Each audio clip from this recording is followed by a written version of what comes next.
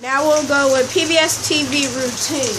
Meteorologist Dave Schwartz in outside the PBS TV news station. Dave, what you got? Well, we just seen some heavy rain all around the area.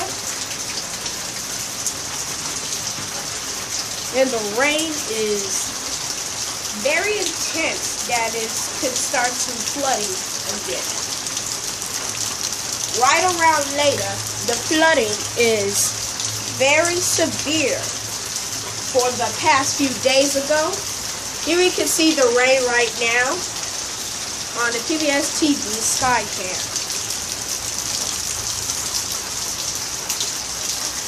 Look at that. It's raining.